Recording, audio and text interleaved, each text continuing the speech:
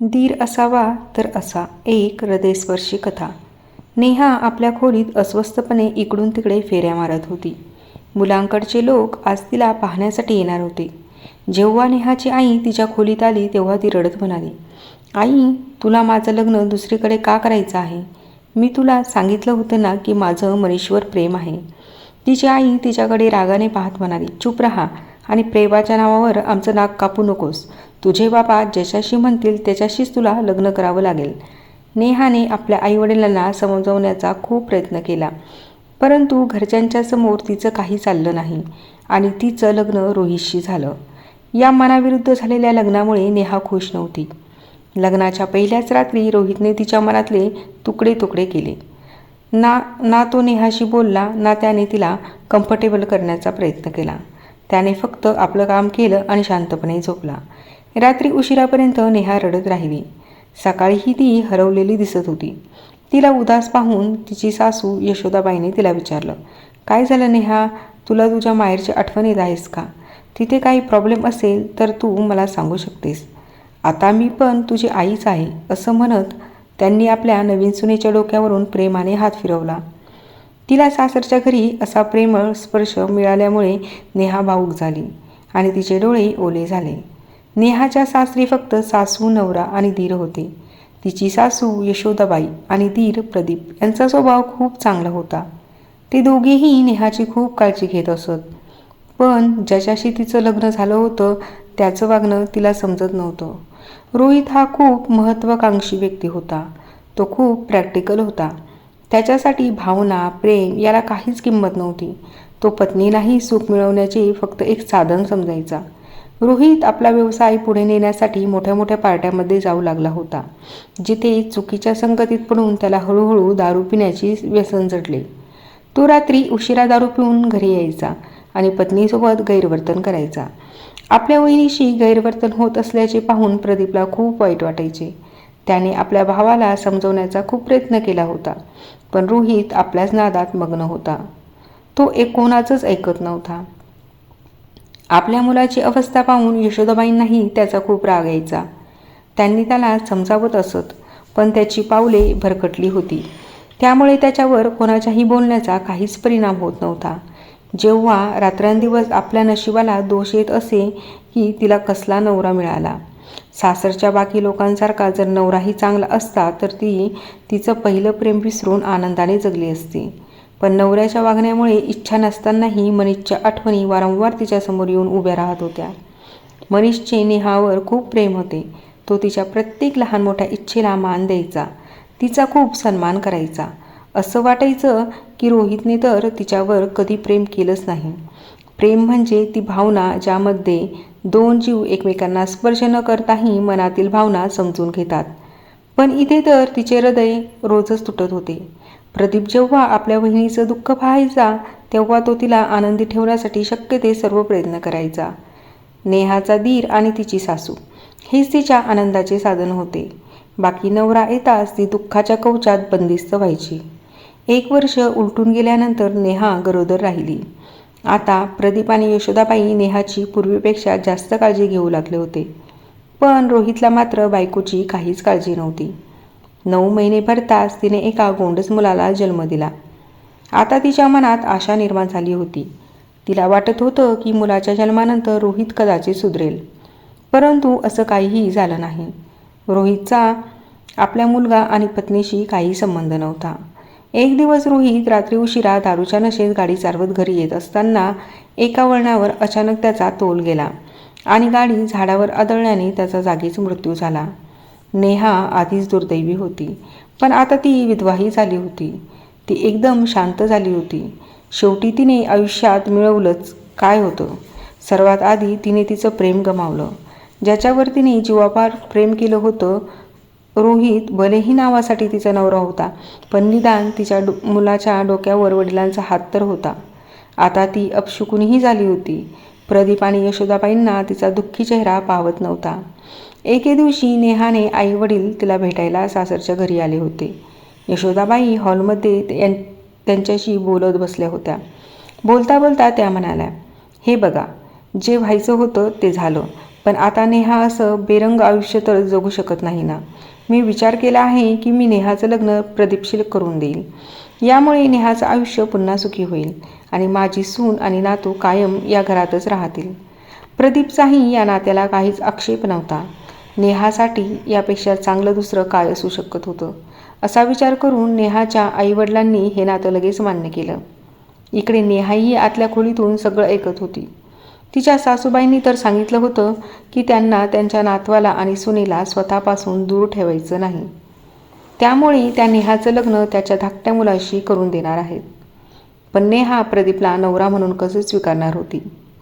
ती त्याला अगदी भावासारखं समजत होती. ती आपल्या दिरासोबत नवरा बायकोचं नातं कसं प्रस्थापित करू शकत होती. तसंही मोठ्यांच्या निर्णयासमोर तिने याआधी एकदा आपल्या इच्छांचा गळा घोटला होता. आता पुन्हा एकदा बाहेर तिचं नशीब इतरांच्याद्वारे लिहिलं जाणार होतं आणि ती असहाय्यपणे उभी राहून फक्त पाहत होती. निर्णय दुसरे घेत होते आणि त्यानुसार जीवन तिला जगावं लागणार होतं. मार्ग दुसरे निवडत होते, पण त्या मार्गावर तिला चालावं लागणार होतं. तिचं भवितव्य ठरवणारे लोक हे विसरून जात होते की ती देखील एक माणूस आहे. तिलाही काही इच्छा अनिच्छा असू शकतात. इकडे प्रदीपनेही त्याच्या वहिनीला सुरुवातीपासूनच त्रास सहन करताना पाहिलं होतं. त्यामुळे त्यानेही आईचा निर्णय मान्य केला होता आणि विचार करत होता की आता तो नेहाच्या पदरात सगळं सुख आणून ठेवेन, ज्याची ती हकदार आहे. नेहाच्या भावनाबद्दल तो पूर्णपणे अनभिज्ञ होता. नेहाच्या मनात कालवाकालव सुरू होती.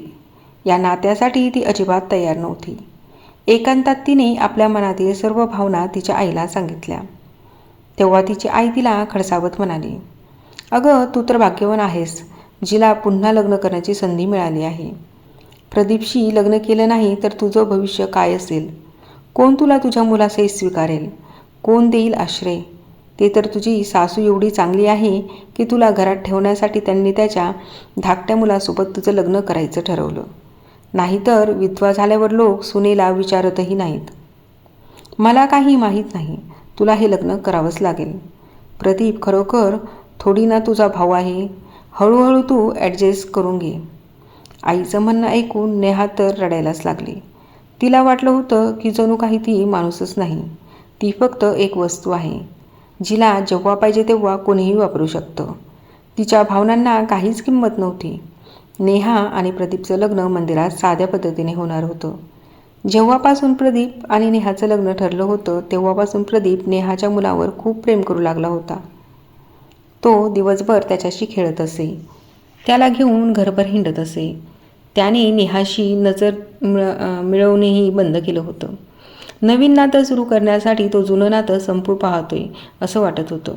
नेहाला वाटायचं की प्रदीपला सगळं सांगावं आणि या लग्नासाठी नकार द्यावा. पण आईचे शब्द आठवताच ती तिची पावले थांबवायची. ती आतल्या आत गुदमरत होती. पाहता पाहता लग्नाचा दिवस उजाडला.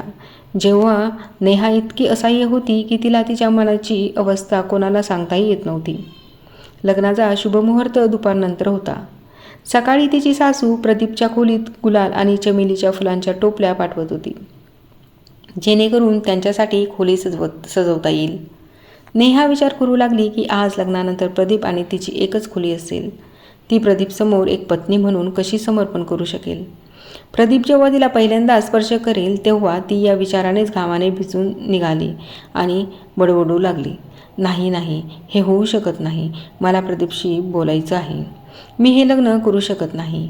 काहीही झालं तरी मी हे लग्न करू शकत नाही. ती बाहेर येऊन प्रदीपला शोधू लागली, पण प्रदीपचा कुठेच पत्ता नव्हता. तिने प्रदीपला फोन केला, पण प्रदीप फोन उचलत नव्हता. ती कुणाला प्रदीपबद्दल विचारूही शकत नव्हती. वेळ हळूहळू निघून जात होती. पार्लरवाली नेहाला तयार करण्यात मग्न होती, पण नेहाचं मन मात्र भयंकर गोंधळात बुडालं होतं. तिला प्रदीपला भेटून सांगायचं होतं की त्याच्याशी लग्न करू शकत नाही, पण प्रदीप होता की तिला सापडतच नव्हता आणि तिथे नेहाने एक एक क्षण खूप जड वाटत होता. बाहेर गाडी येऊन थांबली. घरातून सामान नेऊन गाडीत ठेवले जात होते. यशोदाबाईची सकाळपासून धावपळ सुरू होती. त्या नेहाच्या खोलीत आल्या आणि प्रेमाने तिच्या डोक्यावरून हात फिरवत म्हणाल्या, बस बेटा, अजून थोडा वेळ आणि तू पुन्हा सुहागन बनशील. हे बोलताना यशोदाबाईच्या डोळ्यातून अश्रू वाहू लागले. नेहाही रडायला लागली. किती प्रेमभाव होता सासूच्या बोलण्यात, आणि ती या लग्नाला नकार देऊन त्यांचं मन मोडणार होती. यशोदाबाई म्हणाल्या, बेटा तयार हो, प्रदीप थेट मंदिरात भेटेल. नेहा डोळे मिटून विचार करू लागली. आता मी प्रदीपला नकार कसा देऊ शकणार? माझ्यासोबत हे अघटित आता घडणारच का? जर मी त्याला नकार देऊ शकले नाही किंवा तो मला समजून घेऊ शकला नाही तर मी प्रदीपची वधू होईन. नाही, हे तर पाप होईल. नेहाचा घसा कोरडा पडला. तिच्या चेहऱ्यावरचे दुःख पाहून यशोदाबाई म्हणाल्या, फक्त काही वेळातच तुझ्या चेहऱ्यावरून हे दुःख कायमचं निघून जाईल. प्रदीप तुझे जीवन आनंदाने भरून काढीन. ओलसर डोळ्यांनी तिला आशीर्वाद देत यशोदाबाई खोलीतून बाहेर पडल्या आणि नेहा ढसाढसा रडू लागली. मन घट्ट करून नेहा मंदिरात पोहोचली. तिची नजर प्रदीपला शोधत होती, पण तो कुठे दिसत नव्हता. नेहा मंडपात येऊन बसली होती. पंडितजींनी वराला बोलवायला सांगितलं. नेहाचं हृदय जोरात धडधडू लागलं की आता काय होणार. इतक्या पाहुण्यांसमोर ती या लग्नाला नकार कसा देऊ शकेल. तेव्हाच तिला यशोदाबाईचा आवाज ऐकू आला. त्या म्हणाल्या, हे बघा पंडितजी, वरही आला आहे. नेहाने नजर वर करून पाहिलं तर तिला धक्काच बसला. हा तर तिचा मनीष होता. ती आश्चर्यचकित नजरेने यशोदाबाईकडे पाहू लागली. यशोदाबाई तिच्या डोक्यावरून प्रेमाने हात फिरवत म्हणाल्या, तू तर आमच्या कुटुंबासाठी तुझ्या प्रेमाचा त्याग केलास. त्या दिवशीही मीही ऐकलं होतं की तू संकोचामुळे प्रदीपशी लग्न करायला नको म्हणत होतीस, पण मला वाटलं की कालांतराने तुला समजेल. मला माहीत नव्हतं की तू दुसऱ्या कोणावर तरी प्रेम करतेस. ते तर आत्ता 1 तासापूर्वी मनीष प्रदीपला भेटला. त्याने प्रदीपला सर्व काही सांगितलं आणि त्याच्या प्रेमावर अधिकार मागितला. प्रदीपला तुझ्या आनंदापेक्षा महत्त्वाचं काहीच नव्हतं, म्हणून त्याने आम्हा सगळ्यांना ह्या लग्नासाठी तयार केलं. नेहाने कृतज्ञता व्यक्त करत प्रदीपकडे पाहिलं तर प्रदीप म्हणाला, हो वहिनी, मी तुम्हाला सुरुवातीपासून खूप त्रास सहन करताना पाहिलं होतं, म्हणून मला वाटत होतं की मी तुमचं आयुष्य आनंदाने भरून टाकीन. पण तुमचा खरा आनंद मनीषसोबत आहे, माझ्यासोबत नाही. तर मग मीच तुमच्या दुःखाचं कारण कसा होऊ शकतो. नेहा सुखद आश्चर्याने भरून गेली होती. प्रदीपने खरोखरच तासभरात तिच्या पदरात तिला हवा असलेला आनंद आणून ठेवला होता. यशोदाबाई प्रेमाने म्हणाल्या, बघितलंच बेटा, मी तुला म्हणाले होते ना की प्रदीप तुझं आयुष्य आनंदाने भरेल. मला त्याचवेळी माहीत होतं की तुझं लग्न मनीषबरोबर होणार आहे. आम्हाला तुला सरप्राईज द्यायचं होतं, म्हणून आम्ही तुला काहीच सांगितलं नाही. सकाळी मी विचार करत होते की तू माझ्या घरी वधू बनून येशील, पण आता तू दुसऱ्याच्या घरी जाणार आहेस. पण तुला सुहागण बनण्याचं माझं स्वप्न नक्कीच पूर्ण झालं आहे आणि यावेळी तू तुझ्या इच्छित वरासोबत जाणार आहेस. नेहा भावूक झाली आणि तिने यशोदाबाईला मिठी मारली. त्यानंतर नेहा कायमची मनीषची बनली. मनीषने नेहाच्या मुलाचाही मोठ्या प्रेमाने स्वीकार केला. सजवलेल्या बेडवर मनीषसोबत बसलेली नेहा मनोमन प्रदीपचे आभार मानत होती, कारण कालपर्यंत प्रदीपबरोबर हनीमून या कल्पनेनेच तिचं मन अस्वस्थ होत होतं. पण प्रदीपने तिला मनीषचे प्रेम म्हणून दिले होते. मित्रमैत्रिणींनो, लग्न म्हणजे प्रत्येकाच्या आयुष्यातील खूप मोठा आणि महत्त्वाचा निर्णय असतो. त्यामुळे लग्नापूर्वी मुलगा आणि मुलगी दोघांच्याही इच्छा लक्षात घेऊन निर्णय घ्यावा, अन्यथा तडजोडी करण्यातच संपूर्ण आयुष्य निघून जातं. अशा छान छान कथा ऐकण्यासाठी चॅनलला लाईक, शेअर आणि सबस्क्राईब करायला विसरू नका. धन्यवाद.